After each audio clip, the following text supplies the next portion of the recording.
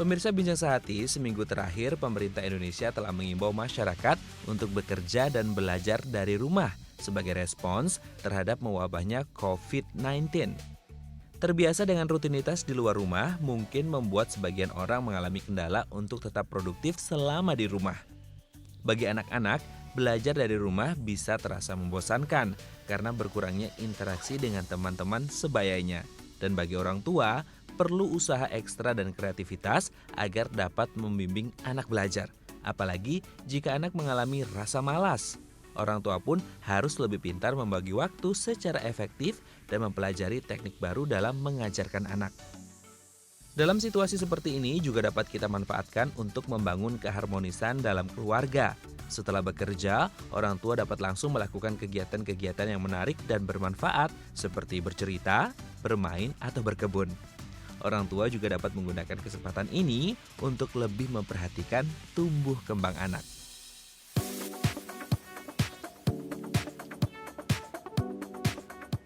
Halo pemirsa, apa kabar Anda hari ini? Semoga dalam keadaan sehat walafiat dan semangat dimanapun Anda berada. Kembali saya Andrea Agustin menemani Anda selama 1 jam ke depan dalam program talk show yang syarat akan informasi inspiratif bagi Anda dan keluarga. Bincang Sehati.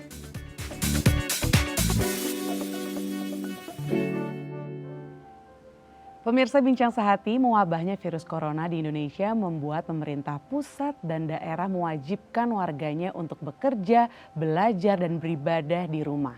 Namun hal ini membuat ribuan orang tua memiliki tantangan tersendiri, tantangan ekstra ketika harus bekerja dari rumah atau bekerja jarak jauh dan menyeimbangkannya dengan kehidupan rumah tangga yang salah satunya adalah mengawasi anak yang juga harus belajar dari rumah. Nah, apakah Anda merasakan tantangan yang seperti ini pemirsa? Inilah yang akan menjadi topik bahasan kita di Bincang Sehati, yaitu produktif dari rumah. Apabila Anda ingin bertanya atau berkonsultasi, dapat langsung menghubungi kami di nomor telepon 021 290 32644 atau melalui direct message Instagram @bincangsehati.itv. Saat ini mari kita langsung berbincang dengan Mbak Erika Kamaria Yamin, MPSI Psikolog. Halo Mbak Erika, apa kabar hari ini? Halo, baik Mbak Andari, sehat saya. Sehat selalu ya semoga ya, dan terima kasih sudah bergabungnya di Bincang Sehati ya. Mbak Erika nih, secara umum ya melihat dampak sosial dari COVID-19 yang sudah mewabah ini seperti apa sih Mbak di Indonesia? Nah, beberapa minggu terakhir ini kan kita jadi akrab banget dengan istilah social distancing ya Mbak ya. Contohnya sekarang kayak kita duduknya jadi jauhan ya Mbak ya, harus berjarak. Iya, jaga jarak 1 meter lebih. kayak gitu. Dan manusia itu kan makhluk sosial gitu, butuh kedekatan, butuh ngobrol, ketemu sama orang-orang kayak gitu ya. Jadi perubahannya itu di situ, kita harus membatasi diri untuk pertemuan-pertemuan secara langsung, secara fisik kayak gitu ya. Harus ada jaga jarak lah kayak gitu ya Mbak ya. Betul, dari yang biasanya ke kantor, ketemu Betul. teman-teman, ke arisan atau mungkin reuni, kumpul-kumpul, betul, nongkrong gitu salaman, kebiasaan cipika-cipiki, Cipika-cipiki, akhirnya harus dirubah ya. Ini ada Betul. pergeseran sudut pandang tersendiri nggak sih menurut Mbak Erika? Iya sih, pasti akan ada kayak gitu ya, karena biasanya orang Indonesia itu kan cenderung kita akrab gitu ya. Kalau ketemu tuh biasanya langsung halo, cipika-cipiki, salaman kayak gitu. Nah sekarang semuanya itu harus dibatasi dulu kayak gitu. Dan pertemuannya itu jadinya switch gitu, berubah dari tadinya itu kita ketemu secara langsung, sekarang jadi lebih ke secara virtual atau digital kayak gitu jadinya. Apalagi sebenarnya orang Indonesia atau budaya timur itu lebih yang keramah tamah, Iya, bener salaman ya, cipika-cipiki dan segala macam. Dan sekarang harus work from home. Dan menurut Mbak Erika apakah ini efektif di masyarakat kita? Sebenarnya balik lagi ke orangnya masing-masing sih Mbak kayak gitu. Dan ini kan sebenarnya sesuatu yang baru kayak gitu ya, ada perubahan. Jadi pastinya akan ada proses dan pastinya orang-orang kita akan butuh penyesuaian kayak gitu sih sebenarnya.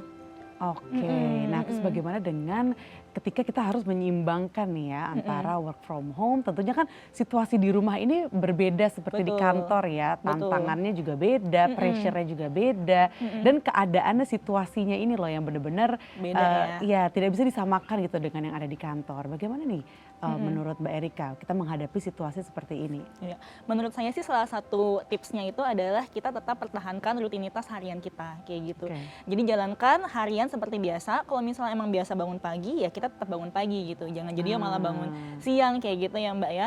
Memang lakukan kerjaan rutinitas seperti biasa, hanya aja lokasinya dipindahkan. Tadinya mungkin kita ke kantor, kita ke sekolah, kita mungkin keliling-keliling kemana kayak gitu. Sekarang semuanya di rumah aja gitu. Dan ini saatnya juga untuk kita jadi melek dengan teknologi gitu ya. Saatnya kita belajar-belajar mana nih yang bisa mempermudah aplikasi-aplikasi gitu, mungkin ya platform digital yang bisa mempermudah pekerjaan kita atau relasi kita dengan orang lain, jadi kita bisa tetap komunikasi meskipun nggak tatap muka kayak gitu. Oke, Mbak Erika sendiri sempat tadi cerita ya bahwa minggu kemarin nih sudah mulai mengalami namanya work from home. Betul. Ada kebaruan Mbak yang dirasakan dari mungkin mempelajari aplikasi baru, teknologi baru?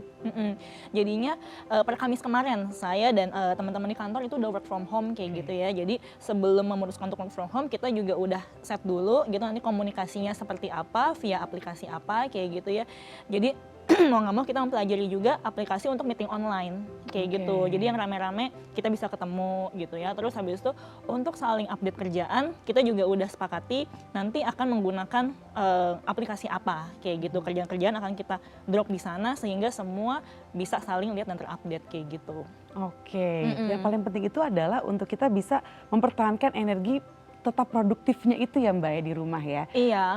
Baik ketika bangun pagi nih, apakah kita juga harus menurut Mbak Erika ya kita harus berdandan seperti kita mau ke kantor atau bagaimana? Sebenarnya ada yang bilang seperti itu kayak gitu ya. Rutinitas pagi itu sebenarnya penting banget sih untuk membangun mood sepanjang hari itu gitu. Jadi seperti tadi yang saya bilang, kalau misalnya emang biasa bangun pagi, kita pertahankan kebiasaan itu. Tetap bangun pagi, mandi, lakukan rutinitas seperti biasa sebelum beraktivitas gitu ya. Memang ada bagi beberapa orang ketika dia berdandan, ketika dia pakai baju kantor kayak gitu ya, langsung moodnya, settingannya itu tuh langsung berasa lebih untuk kerja kayak gitu. Tapi ada juga memang yang dia lakukan rutinitas pagi aja, tapi tetap pakai baju rumah lebih santai kayak gitu ya. Itu juga bisa untuk bekerja kayak gitu. Nah, salah satu yang penting juga adalah ketika di rumah kita set lokasi untuk bekerjanya di mana. Kayak gitu. Wah, set lokasi ini juga tidak kalah penting ya. Kita akan lanjutkan lagi perbincangan ini Mbak Erika. Dan untuk Anda pemirsa, apabila ada pertanyaan atau ingin berkonsultasi dapat langsung menghubungi kami di nomor telepon dan juga direct message Instagram yang tertera di layar kaca Anda. Kami akan kembali setelah jeda berikut ini.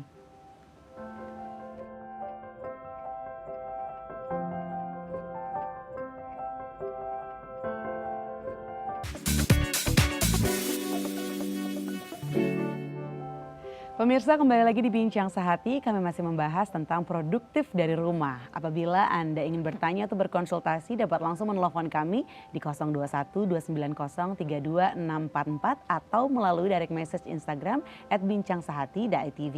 Mari kita lanjutkan perbincangan dengan Mbak Erika Kamaria Yamin, MPSI, psikolog.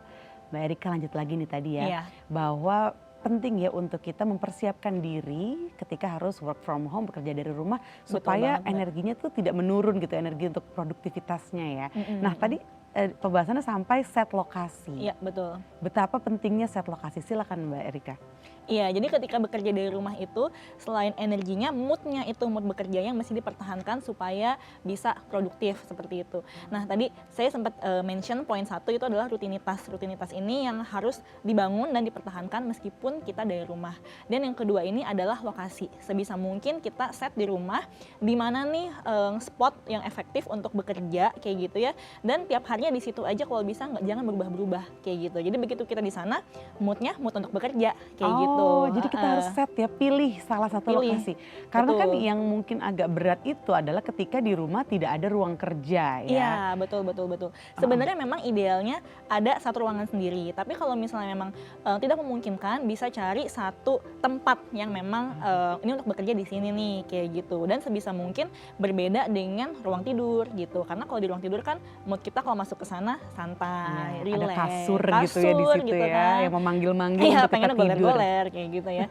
Jadi kalau bisa memang ada satu tempat yang terpisah dari ruang tidur itu untuk kita bekerja gitu supaya bisa lebih produktif.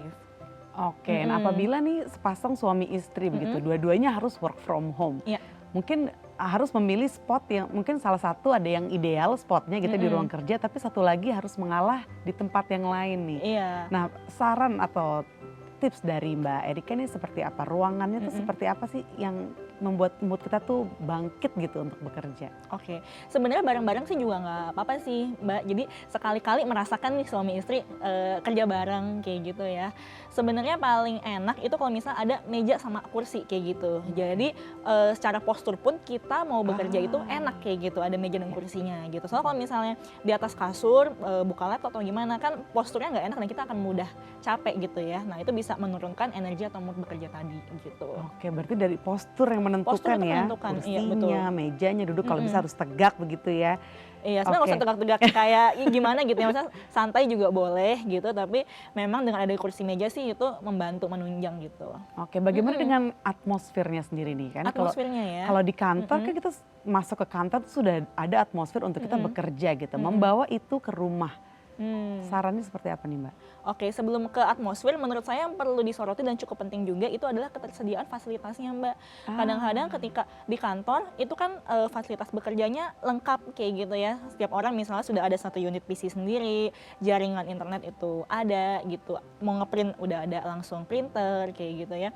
Nah mungkin belum tentu di rumah orang-orang punya fasilitas itu gitu. Contohnya ada rekan saya yang dia di rumahnya nggak ada jaringan internet, nggak ada jaringan wifi kayak gitu. Akhirnya kan kalau dia harus online 24 jam itu jadinya menyulitkan kayak gitu kan. Jadi memang yang harus dipikirkan juga adalah untuk membangun atmosfer ini gimana bisa mengakali si fasilitas-fasilitas yang biasanya di kantor udah lengkap itu gitu. Nah, sambil mengakali supaya bisa disesuaikan gitu ya fasilitasnya, kadang itu membuat kita stres sendiri ya untuk mencari solusinya nih. Nah, bagaimana caranya menjaga kesehatan mental kita untuk tetap produktif dari rumah nih Mbak? Oke, sebenarnya ada beberapa tipsnya gitu ya. Jadi sebelum mulai work from home bisa disusun kesepakatan bersama gitu. Set ekspektasi dengan rekan-rekan kerja yang lainnya gitu. Jadi oke, akan mulai work from home, apa-apa aja yang perlu dipersiapkan gitu ya. Kalau tadi di segmen pertama saya jelaskan bahwa saya dan teman-teman sepakati kita mau pakai aplikasi apa untuk saling update kerjaan kita akan gimana gitu ya. Nah itu perlu di set di awal nih gitu, sehingga nanti jalan ke depannya nggak stres sendiri, kok rekan kerja aku nggak bisa dihubungin ya, kok kerjaan nggak diupdate-update ya gitu. Nah jadi di awal itu udah ada kesepakatannya sendiri sehingga nanti ngejalaninnya tuh enak kayak gitu. Dan minggu ke minggu, day by day-nya kita bisa set tujuannya, target yang mau dicapai hari ini itu apa, dan bikin jadwalnya yang mau dikerjain apa kayak gitu. Dan memang realistis gitu ya, jadinya ya memang apa yang bisa dicapai di hari itu kayak gitu. Wah, ini masukan yang bagus sekali ya pemirsa ya, apalagi untuk Anda yang bekerjanya as a team gitu kan, satu tim. Jadi ya memang harus dibuat kesepakatan terlebih dahulu supaya kedepannya bisa berjalan lebih lancar lagi. Jadi tidak ada yang namanya miscommunication gitu ya. Meminimalisir lah ya. Meminimalisir. Selanjutnya nih untuk orang tua yang bekerja dari rumah, tapi juga harus sambil mengawasi anak-anak mereka yang belajar dari rumah ya, atau distance learning. Nah ini bagaimana nih Mbak, caranya supaya kita bisa menjaga kewarasan begitu. Ketika ada tanggung jawab yang harus dilakukan, tapi kita juga tidak boleh menyepelekan atau mengesampingkan kegiatan untuk mengawasi anak-anak yang ini ya. juga lagi menyesuaikan diri nih untuk belajar dari rumah. Nah balik lagi Mbak, untuk set kesepakatan itu juga penting sekali dilakukan dengan orang rumah, dilakukan juga dengan anak seperti itu. Kita juga lihat anak ini dia dari sekolahnya apakah sudah ada panduan belajarnya kayak gitu apa yang mesti dilakukan, atau benar-benar orang tua nih harus bikin aktivitas lagi untuk anak-anak kayak gitu. Dan juga kesepakatan dengan orang rumah, kira-kira kalau sebagai orang tua harus work from home, di waktu itu siapa yang bisa mendampingi anak seperti itu. Lalu kesepakatan dengan anak adalah oke, jadi dia mau mulai belajar dari jam berapa sampai jam berapa. Seperti tadi anak juga ada targetnya, dia mau kerjain apa di hari ini kayak gitu. Dan kita pastikan bahwa anak ini dia sudah paham, mengerti dan bisa mengerjakan tugasnya kayak gitu ya. Dan di akhir kalau misalnya memang dia berhasil melakukan itu, kita bolehlah beri apresiasi kepada anak gitu, sehingga dia jadinya semangat juga gitu kan. Jadi paling penting kita sudah merancang juga ya rencana-rencana, jadwal-jadwal kapan kita mengawasi anak, kapan harus melanjutkan pekerjaan kita begitu ya. Nah untuk anak-anak sendiri, perlukah juga mereka sama seperti orang tua ini yang harus work from home, seperti bangun pagi, kemudian mereka mandi, disusun jadwal seperti itu menurut Mbak Erika? Iya, menurut saya untuk anak-anak gitu ya, mempertahankan rutinitas itu juga penting sehingga proses dari rumah ini bisa berjalan dengan baik kayak gitu. Jadi kalau memang pagi-pagi itu mereka harus bangun pagi, melakukan kegiatan pagi kayak gitu ya, itu tetap dilakukan saja seperti itu. Mungkin yang bisa sedikit lowong atau fleksibel kan kita memangkas waktu durasi di perjalanan gitu ya. Biasanya mungkin macet-macetan, sekarang jadinya nggak usah kayak gitu. Nah mungkin jadi bisa sedikit ada waktu-waktu untuk fleksibelnya lah kayak gitu. Mungkin bisa ajak anak untuk oke, pagi ini kita bisa olahraga simple, lari-lari keliling komplek gitu ya, atau lihat dari YouTube gimana. Jadi bisa ada fleksibelnya itu sedikit. Oke, baik, kita akan lanjutkan lagi ya Mbak Erika perbincangan ini. Dan bagi Anda pemirsa yang ingin bertanya atau berkonsultasi, kami masih menunggu telepon Anda atau DM di Instagram yang tertera di layar kaca Anda. Kami akan kembali setelah jeda berikut ini.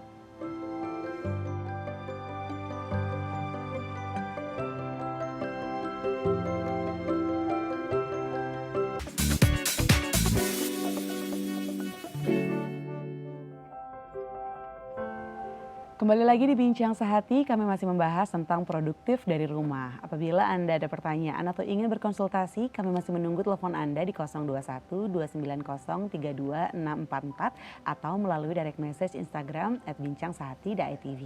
Mari kita lanjutkan perbincangan dengan Mbak Erika Kamaria Yamin, MPSI Psikolog. Mbak Erika, lanjutkan lagi nih ya. Bekerja dari rumah atau produktif melakukan hal apapun lah ya yang produktif gitu dari rumah. Indikatornya apa nih Mbak? Ketika kita sudah produktif atau belum? Oke, sebenarnya Mbak produktif itu kan subjektif gitu ya.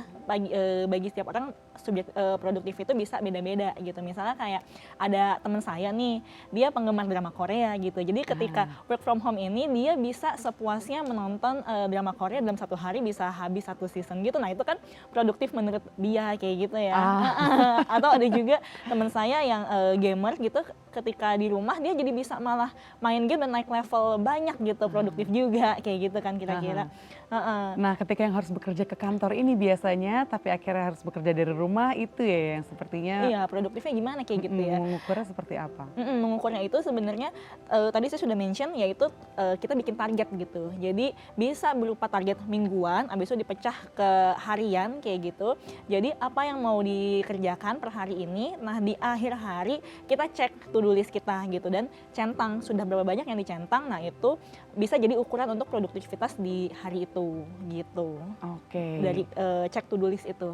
Nah saat ini kan juga terus ada update news ya atau perkembangan berita mengenai COVID-19. Apakah sebaiknya seperti apa nih untuk yang lebih bijaksana gitu ya, kita membaca berita atau mengkonsumsi berita dengan tetap bisa bekerja dari rumah. Karena kadang bawaannya ingin gitu lihat ya. terus updatean berita tentang COVID-19. Menurut Mbak Erika seperti apa? Iya, nggak bisa dipungkiri kan sekarang ini yang namanya berita tentang COVID-19 kan banjir banget gitu ya, baik yang benar maupun yang hoax itu banyak banget gitu ya, nggak tahu yang mana gitu. Kalau saran saya sih sebisa mungkin pagi-pagi, biasa kan kita set target itu ya, rutinitas, lihat jadwal apa yang mau dikerjain hari ini, bisa kita selingi dengan baca 1-2 berita gitu. Tentunya kita sudah pastikan dari sumber yang terpercaya kayak gitu. Penting banget nih untuk memilah-milah berita yang masuk saat ini kayak gitu ya. Kita lihat apakah berita ini memang ada backup sumber yang terpercayanya kayak gitu sebelum kita meneruskan ini ke orang-orang lain kayak gitu. Jangan sampai kita malah ikutan untuk nyebarin hoax juga gitu. Dan kita butuh bikin jadwal juga nggak sih kapan waktu yang tepat untuk kita mengupdate berita atau ya kapan saja kita bisa lakukan itu? Nah, ketika kita bekerja, usahakan ada waktu 1-2 jam itu tidak terganggu oleh hal lain, termasuk mengupdate berita ini. Jadi 1-2 jam itu benar-benar kita fokus ke apa yang mau kita kerjakan, kayak gitu. Lalu 1-2 jam itu bolehlah kita ada break gitu ya. Biasa kan kalau break itu cek handphone gitu ya, ada berita-berita apa, kayak gitu. Nah, cuman saran saya sih memang batasi diri untuk melihat berita-berita ini gitu. Mungkin 3 kali lah, pagi, lalu siang ketika break makan siang, sama sore aja ketika sudah selesai gitu ya. Break ini bisa kita manfaatkan juga apalagi kalau orang tua ya gitu, untuk ngecek anak kayak gitu. Kerjaan anak sudah sampai di mana kayak gitu. Apa yang lagi dilakukan nih sama anak kita, dia ada kesulitan nggak ya ngerjain tugasnya gitu, dibanding terus-menerus ngecek berita yang malah mungkin meningkatkan tingkat kecemasan jadinya ya gitu.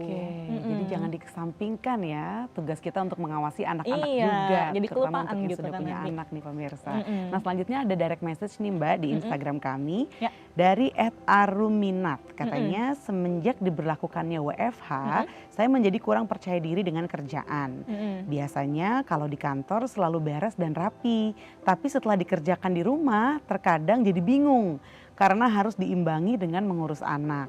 Bagaimana cara yang tepat agar dapat membagi waktu kerja saya di rumah? Tanya. Oke. Nah, Step-stepnya nih Mbak. step-stepnya Seperti bagaimana apa? ya? Oke. Nah, kalau itu seperti tadi yang sempat saya jelaskan di awal, kita juga komunikasikan dengan orang rumah gitu. Kita minta bantuan juga dari orang rumah seperti itu. Jadi bisa bergantian ya gitu. Misalnya ada waktunya kita bekerja, ada waktunya kita mengawasi anak seperti itu. Dan memang di saat seperti ini kita juga mesti set target yang realistis juga kayak gitu ya. Mungkin di rumah itu kayak tadi ada keterbatasan fasilitas sehingga mungkin kerjaannya nggak bisa seoptimal kalau di kantor kayak gitu ya. Kita harus bisa menerima itu juga sih, harus realistis juga gitu. Kalau misalnya memang kita bikin target yang nggak realistis sendiri, akhirnya malah jadinya stres sendiri kayak gitu. Oke, jadi yang paling penting itu ya membuat rencana tadi ya. Iya, yang realistis sih kuncinya itu, dan ajak kerjasama orang rumah gitu. Apalagi kalau misalnya ada anak ya gitu. Jadi bagi waktunya tuh bisa enak gitu. Iya, kadang mereka kan suka kadang mendatangi kita gitu Iya. untuk minta tolong menyelesaikan solusi permasalahan mereka, entah itu dengan mainannya atau apapun gitu yang sedang mereka pelajari gitu. Apakah kita juga perlu semacam mengunci pintu kamar atau pintu ruang kerja gitu supaya tidak terganggu oleh mereka? Sebenarnya nggak harus sampai kayak gitu juga sih Mbak gitu. Di awal memang harus set ekspektasi juga gitu bahwa di rumah pasti akan, apalagi kalau ada anak ya, akan lebih syarat dengan distraksi gangguan gitu. Mungkin nanti anak datang minta tolong di-printin atau minta di-downloadin lagi tugasnya kayak gitu. Maksudnya dengan kita set ekspektasi di awal gitu ya, bahwa ya namanya di rumah dengan kondisi seperti ini pasti akan beda dengan di kantor gitu. Nah itu akan membuat kita juga jadinya lebih santai, nggak mudah stres juga ketika ngelihat kok kerjaan nggak seoptimal biasanya ya kayak gitu. Oke, untuk jam istirahat sendiri gitu Iya. Mbak ya. Berapa kali nih harus kita buat dalam satu hari ketika work from home? Oke. Bisa 1-2 jam. Seperti tadi yang saya jelaskan, 1-2 jam itu kita fokus ke kerjaan kita. Habis itu kita boleh ambil break gitu ya, untuk brain break juga gitu. Jeda sejenak, cek anak gitu ya. Tadi kalau misalnya mau cek berita, break untuk WC, untuk meregangkan tubuh kayak gitu. 1-2 jam sih. Dan seperti rutinitas di kantor sih biasa kan jam 12 siang itu kan memang break makan siang kayak gitu ya, selama 1 jam. Nah ya udah kita ambil break itu kayak gitu. Oke, jadi untuk penetapan break dan fokus kerja itu sesuaikan saja jamnya sama yang di kantor ya, saran dari Mbak Iya, Erika memang ya. harus agak fleksibel ya di saat-saat seperti saat ini Mbak gitu. Oke. Nggak bisa sesaklek kalau kita di kantor dengan kondisi normal gitu ya. Oke, baik. Semoga tadi bisa menjawab pertanyaan dari @aruminat ya. Semangat ya untuk semoga bisa menjawab para ya. parents nih yang harus membagi waktu antara work from home dan mengawasi anak-anak yang belajar dari rumah. Nah, untuk anak-anak nih Mbak Erika, biasanya tuh tantangannya apa sih untuk mereka nih ketika harus distance learning? Oke, untuk anak-anak, kalau kita di dewasa ini mungkin kan bisa menyesuaikan diri gitu ya, kayak oh iya ini lagi ada kejadian seperti ini di rumah bekerja. Cuman mungkin kalau anak-anak itu mereka bawaannya adalah oh kalau di rumah sama dengan liburan kayak gitu ya, nggak sekolah itu sama dengan oh santai, boleh main handphone nih seharian gitu. Nah di sini makanya peran orang tua cukup penting sih untuk mendampingi si anak ini, sehingga gimana dia bisa melakukan tetap produktif juga, tetap belajar juga meskipun di rumah.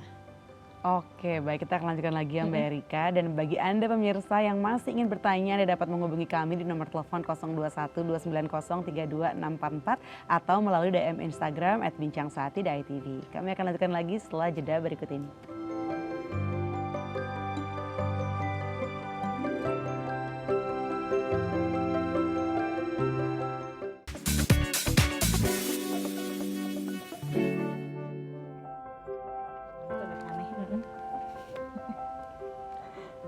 Pemirsa, kembali lagi di Bincang Sehati, kami masih membahas tentang produktif dari rumah. Apabila Anda ada pertanyaan atau ingin berkonsultasi, dapat langsung menelpon kami di 021 290 32644 atau melalui DM Instagram @bincangsehati.itv.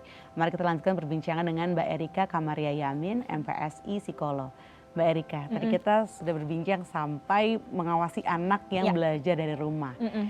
Ini sebagai parents gitu ya, yang harus Iya. work from home sambil mengawasi anak yang juga sedang belajar dari rumah atau distance learning. Mm-mm. Tentunya punya tantangan tersendiri begitu. Iya, Apalagi tadi pasti. dijelaskan juga oleh Mbak Erika, biasanya anak-anak itu kalau sudah dengan suasana rumah bawaannya santai-santai, main aja terus ya. Bagaimana caranya orang tua untuk menghadapi nih sikap anak yang terlalu santai seperti ini sementara seharusnya mereka tetap belajar dari rumah? Oke, ini mengingatkan saya akan belakangan ini saya banyak nerima meme gitu ya, bahwa anak-anak ini jadi ngerasa belajar di rumah kok lebih horor gitu ya, kok mamanya sendiri lebih serem daripada bu gurunya kayak gitu. Nah, pesan saya kepada para orang tua, be fleksibel lah untuk saat-saat seperti ini. Emang kita harus lebih fleksibel gitu ya. Memang di awal kita perlu bikin kesepakatan dengan anak kayak gitu. Kira-kira apa aja yang mau dia kerjakan hari ini, ada tugas nggak dari sekolah yang perlu dikerjakan gitu. Habis itu apakah dia udah paham cara ngerjainnya, gimana dia bisa ngerjain atau enggak kayak gitu. Dan orang tua ini juga perlu paham ya gitu, bahwa sebenarnya anak-anak ini belajar bukan hanya dari akademis aja gitu, tapi sebenarnya belajar bisa dari banyak hal kayak gitu. Misalnya di rumah anak ini bisa dilibatkan juga untuk ngerjain pekerjaan rumah tangga gitu ya. Biasanya anak-anak ini pagi-pagi sudah harus berangkat ke sekolah, nggak sempat beresin kamar dulu. Nah, sekarang ini kan waktunya mungkin lebih lowong gitu ya, jadi anak ada kesempatan untuk diberi tanggung jawab lebih gitu ya, yaitu untuk beresin kamarnya dia dulu deh kayak gitu. Nah, itu juga anak belajar juga di situ, melatih kemandirian dia, melatih tanggung jawab dia, melatih gimana nanti dia bisa mengurus dirinya sendiri gitu. Atau anak bisa dilibatkan juga selagi di rumah nih, oke deh yuk kita sortir barang-barang mana yang udah nggak kepake bisa kita buang kayak gitu. Di sana sebenarnya anak-anak belajar banyak hal, dari pengamatan kritisnya dia gimana, dari pengambilan keputusannya dia gimana, dari empatinya dia, tanggung jawabnya dia kayak gitu. Itu dia belajar banyak hal dari kegiatan yang bukan belajar akademis sebenarnya gitu. Jadi orang tua mesti ingat bahwa sebenarnya yang perlu dipelajari anak bukan hanya akademis aja, bukan dari sekolah aja, tapi semua kegiatan itu bisa dijadikan sebagai ajang belajar buat anak gitu. Termasuk main game loh Mbak gitu. Jadi ketika anak main game, itu sebenarnya dia juga belajar strateginya gimana sih supaya bisa menang kayak gitu ya. Melatih persepsinya dia juga, mungkin speednya, kecepatannya kayak gitu-gitu gitu. Ketika orang tua mau terjun untuk memahami dunia anak, nanya gitu ya, maka orang tua akan paham bahwa sebenarnya anaknya juga sedang belajar sesuatu juga gitu dari permainan. Oke, wah ini mencerahkan sekali ya tadi ya yang sudah dibahas oleh Mbak Erika, bahwa yang namanya belajar untuk anak itu tidak hanya arahan-arahan yang ada dari sekolahnya melalui distance learning, tapi juga apapun yang dapat mereka lakukan di rumah, kegiatan-kegiatan produktif seperti membereskan kamar salah satunya, itu juga termasuk pembelajaran. Jadi itu yang perlu diingat-ingat ya. Baik, selanjutnya kita ada direct message nih di Instagram dari @kaliana_lili. Katanya work from home bisa bikin kita tambah stres nggak ya? Apalagi untuk orang ekstrovert yang butuh ketemu orang. Nah, gimana nih Mbak? Ya pasti ketika kita harus di rumah aja, kita nggak keluar, ada kepenatan tersendiri ya Mbak ya. Karena biasanya mungkin bisa di perjalanan kita melihat-lihat pemandangan, ketemu dengan orang gitu, terupdate kayak gitu ya. Sekarang kan di rumah aja yang dilihat itu-itu aja, ketemunya dengan orang-orang itu-itu aja gitu ya. Mungkin bagi beberapa orang ada kepenatan tersendiri kayak gitu. Diakalinnya sih bisa dengan tadi itu, ini jadi momen buat kita untuk melek teknologi gitu. Kita explore lagi apa yang bisa digunakan nih supaya kita bisa terus berelasi gitu ya, berkomunikasi dengan teman-teman kita meskipun kita lagi nggak bertemu kayak gitu. Mungkin bisa manfaatkan aplikasi-aplikasi seperti kemarin ini gitu ya, hari Minggu saya Sunday Service juga menggunakan aplikasi itu. Jadi seakan-akan ketemu dengan orang-orang lain tapi memang secara virtual seperti itu. Oke, untuk orang ekstrovert nih ada batasan waktunya nggak sih untuk mereka akhirnya bisa apa ya, bisa meledak gitu istilahnya ya, karena tidak bertemu dengan orang? Setiap orang pasti punya batasan yang beda-beda, itu tadi sih ya Mbak ya. Jadi memang tips dari saya itu adalah manfaatkan si teknologi ini gitu. Jangan sampai karena wah pengen banget ketemu orang kayak gitu dan maksudnya nggak memperhatikan kondisi sekarang, malah tetap bikin kumpul-kumpul, bikin reuni, itu kan beresiko sekali di kondisi sekarang ini gitu ya. Tetap lakukan itu, tapi dengan cara yang aman gitu. Saran dari saya, ya udah kita manfaatkan pertemuan secara virtual ini gitu. Toh teknologi sekarang kan sudah canggih-canggih dan bisa memfasilitasi hal itu juga gitu. Sebenarnya sih ada baiknya juga ya ketika kita reach out gitu ke teman-teman kita tanya gimana kabar dia, gimana kondisi dia gitu ya.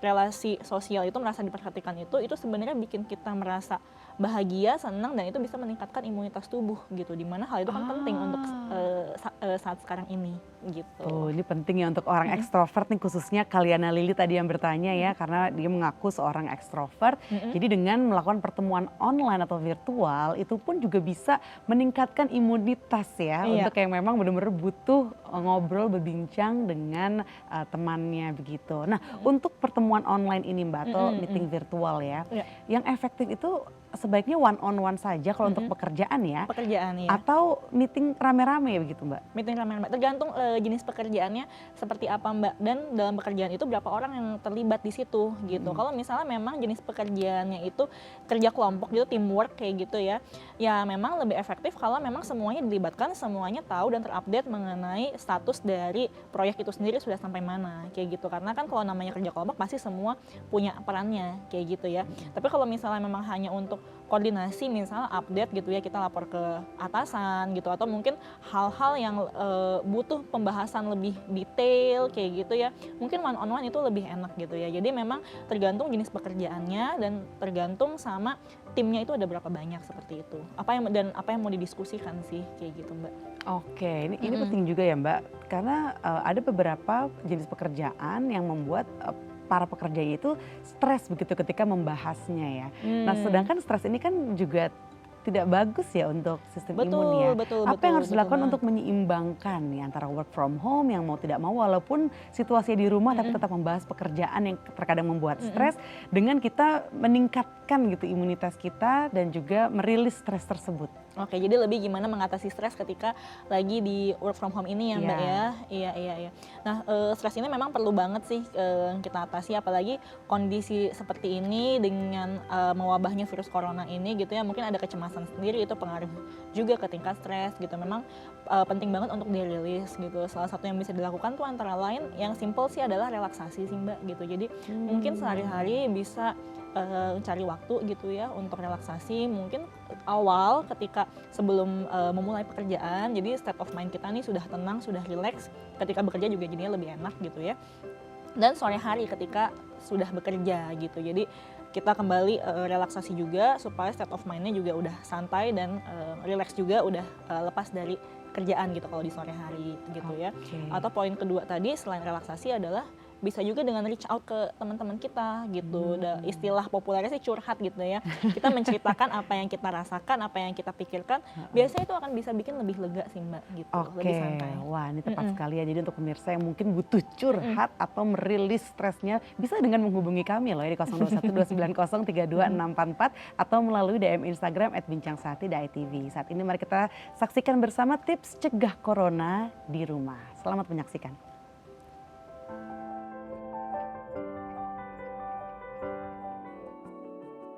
Akhir-akhir ini masyarakat semakin dibuat resah oleh kedatangan virus corona atau COVID-19.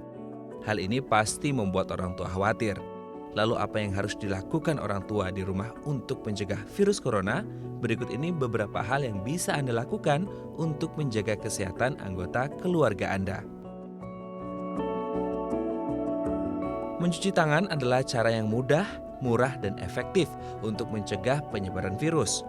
Cucilah tangan dengan air mengalir dengan sabun secara rutin setidaknya selama 20 hingga 30 detik, terutama sebelum dan sesudah makan, setelah menggunakan toilet, setelah menyentuh hewan, membuang sampah atau bepergian, serta setelah batuk dan bersin. Virus corona tidak akan bisa menginfeksi pada orang yang memiliki daya tahan tubuh yang kuat. Untuk menjaga dan meningkatkan daya tahan tubuh keluarga di rumah, disarankan untuk mengonsumsi makanan sehat seperti sayur, buah, dan makanan berprotein. Hal ini dapat dilakukan mulai dari memperhatikan peralatan makanan dan mainan agar terjaga kebersihannya. Pastikan setiap ruangan dibersihkan secara rutin dan mendapat cahaya matahari dan udara yang cukup melalui ventilasi. Selain P3K standar, perlengkapan kebersihan yang harus dimiliki di rumah untuk mencegah virus corona yaitu sabun, tisu, dan handuk bersih. Jika sabun dan air tidak tersedia, Anda bisa menyediakan pembersih tangan berbasis alkohol atau hand sanitizer yang memiliki setidaknya kandungan 60% alkohol. Sebagai orang tua, sepatutnya kita memberikan informasi akurat dan tidak membuat anggota keluarga, khususnya anak, panik berlebihan yang berujung takut. Salah satunya, memberitahu untuk menghindari interaksi dengan orang yang sedang batuk pilek. Karena tidak semua orang yang sedang batuk pilek memiliki kesadaran untuk membatasi interaksi dengan orang yang sehat.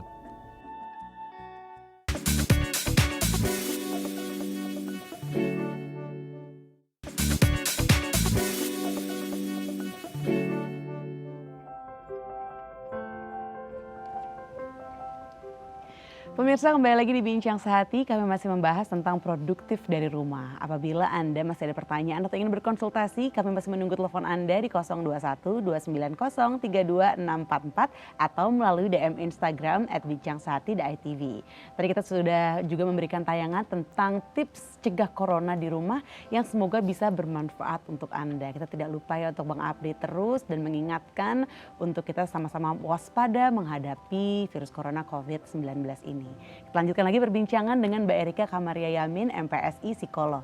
Mbak Erika, ini lanjut lagi tentang tadi kita juga sebagai orang tua nih yang work from home menjaga produktivitas diri di rumah, tidak lupa untuk juga menjaga produktivitas anak gitu di rumah. Nah, tapi tidak dapat dipungkiri juga untuk kita ada rasa keingintahuan terus tentang perkembangan berita COVID-19. Nah, menurut Mbak Erika, setelah kita membaca berita terbaru tentang COVID-19, apakah kita perlu melakukan jeda waktu sebelum kita berkomunikasi dengan anak begitu? Oke. Karena kan tentunya membaca berita itu kadang membawa stres tersendiri. Tertentu kayak gitu ya. Nah, makanya itu ketika kita baca berita, kita pilih-pilih, kita lihat yang memang sumbernya itu terpercaya kayak gitu ya. Baru kita ngelihat berita itu. Kan sekarang apalagi di grup WA gitu ya, banyak banget berita-berita yang berseliweran, nggak jelas sumbernya dari mana gitu. Kalau saran saya sih berita-berita yang nggak jelas sumbernya dari mana sebaiknya kita skip aja daripada memenuhi beban mental emosi kita kayak gitu ya. Apalagi biasanya yang nggak jelas sumbernya justru lebih heboh beritanya kayak gitu ya, lebih wow kayak gitu. Nah, itu menurut saran saya sih di skip aja sih, daripada baca itu bikin kekhawatiran kita nambah, bikin kecemasan kita nambah, padahal belum tentu itu beritanya benar kayak gitu. Baik, setelah membaca berita itu kita perlukah melakukan semacam relaksasi terlebih dahulu sebelum kita berkomunikasi dengan anak kita?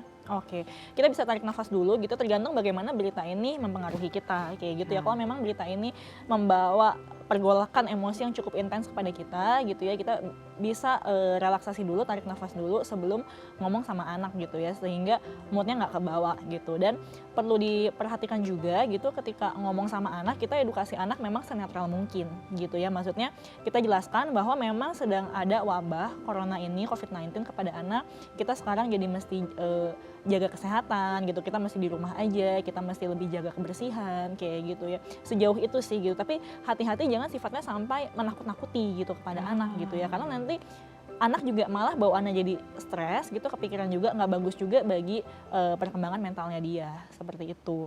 Dan memang yang penting banget adalah bagi orang tua untuk menjaga emosi sendiri gitu, karena anak itu naik turunnya emosinya terpengaruh sama emosi orang tua juga. Anak mencontoh juga gitu, ketika anaknya lihat mama papanya panik kayak gitu ya, mama papanya stres ngomongin berita COVID-19 corona terus gitu ya, mama papanya di rumah mungkin nimbun masker, nimbun hand sanitizer, anak akan mencontoh perilaku itu juga ke depannya, jadi panikan juga kayak gitu. Jadi memang ketika orang tua tetap tenang, tetap mengambil langkah-langkah yang bijak, ini akan dilihat oleh anak, akan dicontoh oleh anak juga gitu untuk kedepannya. Baik, itu yang harus digarisbawahi. Apa yang kita lakukan sebagai orang tua itu akan dicontoh oleh anak, termasuk ketika kita bersikap panik ya. Iya, betul. Iya, baik, kita lanjutkan lagi ya Mbak Erika, tapi sekarang sudah ada penelpon terlebih dahulu. Halo, Bincang Sehati. Halo, Bincang Sehati. Dengan siapa dan di mana? Dengan Budi di Bandung.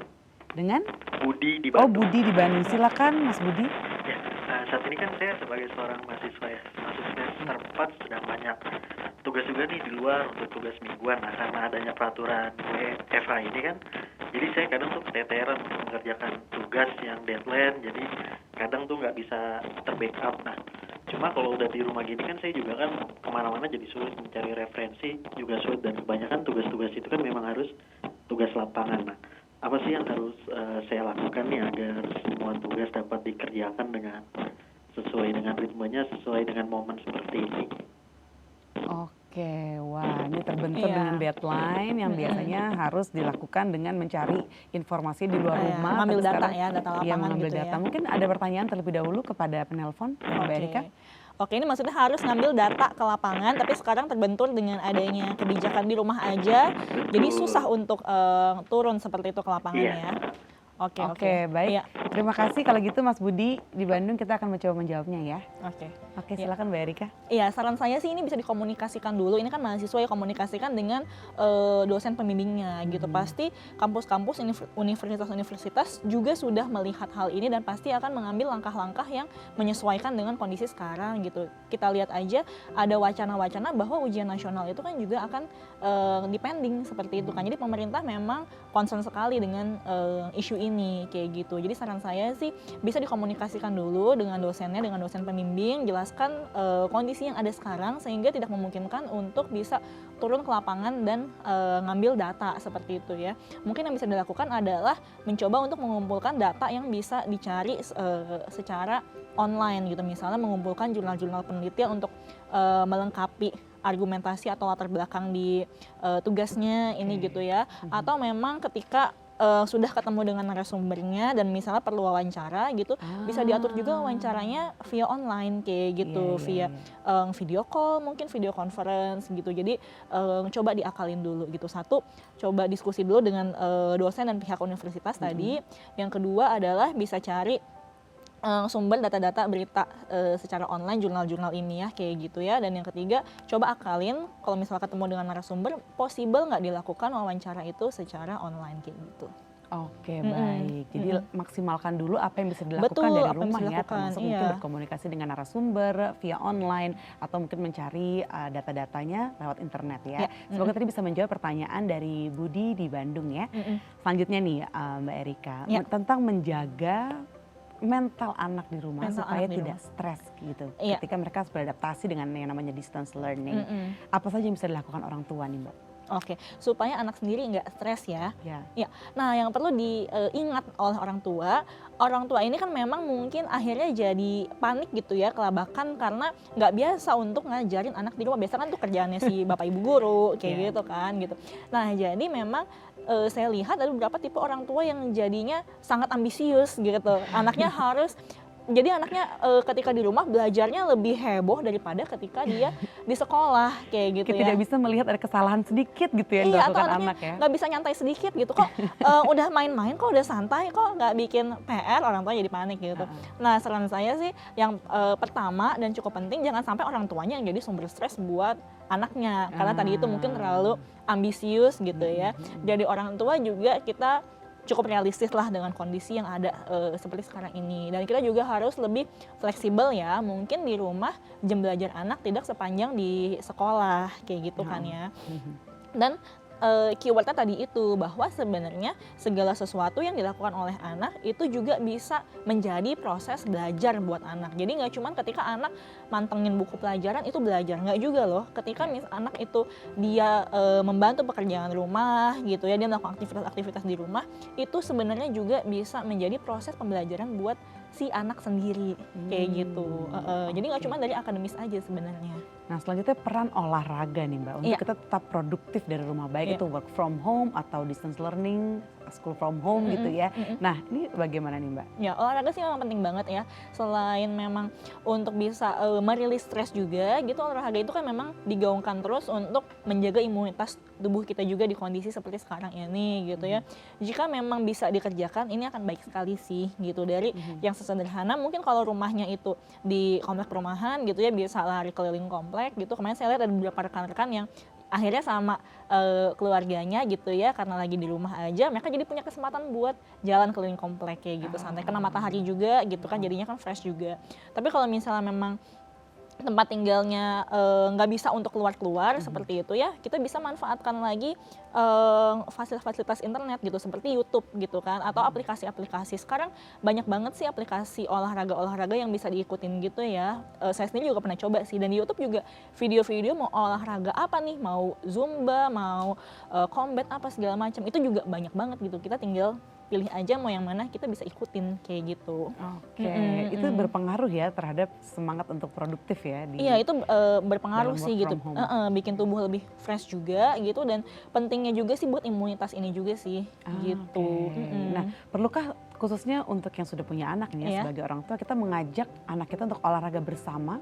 Iya, boleh Efeknya banget. apa nih bedanya kalau misalnya kita olahraga sendiri-sendiri dengan olahraga bersama dengan anak-anak? Oke, ketika bersama-sama itu sudah pasti kita juga turut, ini waktu yang berkualitas, kita juga menjalin bonding dengan si anak ini, kayak gitu ya. Dan yang perlu diingat juga bahwa aspek fisik ini merupakan salah satu aspek tumbuh kembang anak yang memang perlu distimulasi gitu. Salah satunya adalah lewat kegiatan olahraga gitu. Jadi tumbuh kembang anak kan selain kognitif, distimulasi lewat akademis gitu ya, ada juga aspek fisik ini yang memang mesti distimulasi juga gitu. Dan ketika anak memang di rumahnya dengan orang tuanya dia terbiasa berolahraga, kedepannya itu dia akan lebih mungkin untuk menerapkan pola hidup sehat ini ketika dia dewasa nanti. Oke, olahraga Kebiasaannya seperti apa kebawa. nih mungkin Mbak yang baik gitu untuk kebersamaan orang tua Bersamaan dan dengan orang anak? tua dan anak ya. Bisa dari permainan-permainan kecil gitu ya. Saya sempat lihat di video-video gitu ya, kayak misalnya orang tua sama anak mereka main gitu ya, loncat-loncat bareng kayak gitu ya. Atau misalnya kayak mereka ikutin tayangan di YouTube gitu ya, mereka olahraga bareng kayak gitu. Atau kayak mereka bikin kayak lomba-lombaan gitu, kayak adu lama-lamaan plank kayak gitu. Iya, Atau iya, kayak bapaknya push up terus anaknya lewat di bawahnya kayak main gitu loh. Saya sempat lihat di video itu, oh ini lucu banget dan ini olahraga sebenarnya, tapi kayak main jadinya fun banget gitu. Wah, ini berarti work from home atau distance learning ya, di rumah aja ini menjadi kesempatan emas ya untuk melakukan bonding atau Betul lebih banget. meningkatkan lagi hubungan Iya. antara orang tua dan anak-anak. Wah, luar biasa ya, dibalik dari di rumah aja ini ada satu kesempatan yang tidak boleh kita lewatkan ya. Iya, iya, Baik, ini betul tips banget. singkat aja nih Mbak untuk yang sedang work from home atau produktif dari rumah. Oke, tips singkat saya rangkum aja dari tadi itu ya. Kita tetapkan rutinitas, kita jalani aktivitas kita seperti biasa, hanya saja ini lokasinya kita pindahkan ke rumah seperti itu. Nah, habis itu tetap pantau kondisi-kondisi di luar itu seperti apa, tetap waspada tapi tetap tenang juga kayak gitu. Oke. Bijak juga ketika menyikapi informasi-informasi yang masuk seperti itu. Oke, baik, terima kasih ya Mbak Erika, tidak Iya, terasa sama-sama. 1 jam ini kita berbincang Iya. dan semoga apa yang diperbincangkan ini bisa bermanfaat untuk Anda dan menginspirasi untuk yang sedang produktif dari rumah ya. Apabila Anda ada kritik atau saran seputar Bincang Sehati, dapat langsung menyampaikan melalui SMS di 088981005000 dan juga bisa bergabung di Facebook, Instagram, dan YouTube kami Bincang Sehati dari TV. Akhir kata, saya Andrea Agusin pamit undur diri, sampai jumpa.